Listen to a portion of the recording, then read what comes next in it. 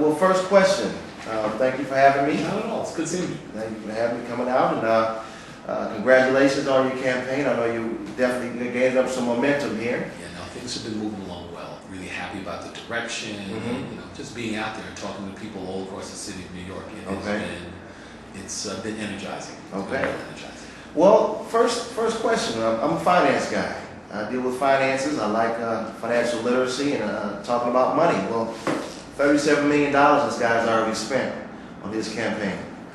You're being outspent 13-1. What do you say to those individuals who see those type of numbers in terms of what your strategy is to be able to overcome that type of a disadvantage? Well, he's probably spent more than that. Right now, it's probably over $50 million. I think Mike Bloomberg's going to spend $200 million in the election to try and buy the votes, by the voters of New York City. Right. I think a couple of things.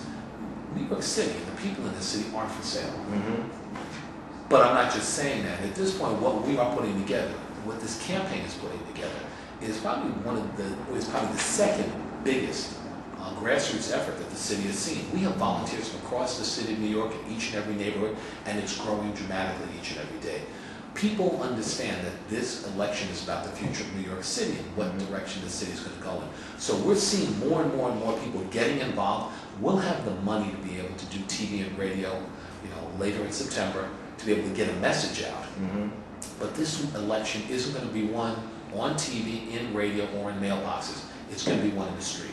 So we are working to put together the second greatest grassroots effort that the city has seen to be able to beat Mike Bloomberg and the $200 million he's going to spend. So the term mayor for life, talk a little bit about that term in terms of what is that term, what does that mean, and what does that really mean in terms of his ability to almost essentially purchase his candidates? Well, I think that there are a number of people who have heard him, and it's on he's done it a couple times in press conferences and on the radio, where he's slipped and talked about fourth term. Right.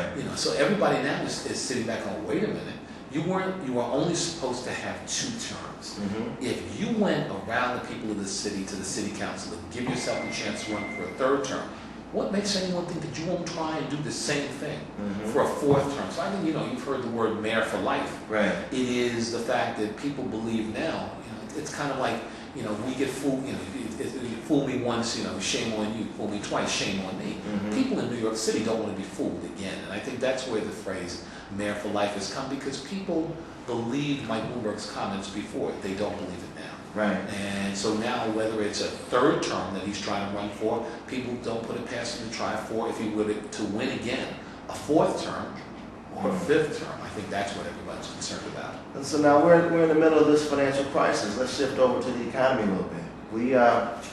The economy's gone hard now. It's with 9.4% unemployment rates. Seems like things are slowly starting to turn. What I always say, getting less worse. So, but at the same time, you said that Michael Bloomberg essentially put all of his eggs in the Wall Street basket, in the basket, bro. Elaborate on that a little bit, and what would you have done differently for the city of New York? I think if you look, Mike Bloomberg has focused on Wall Street, on big corporations, and big development. We all know what happened to most of the large development projects that he put forward. Nothing has moved. There's been a lot of ribbon cuttings, and then not a lot of done after that. But I think all of the focus was on Wall Street, on New York City, sitting back and saying, hey, just keep feeding us. Mike Bloomberg was out there talking about Sarbanes-Oxley before, and how, wait a minute, they should repeal this, because corporations, why should they have to attest to a number of things, and loosening up the strings on Sarbanes-Oxley.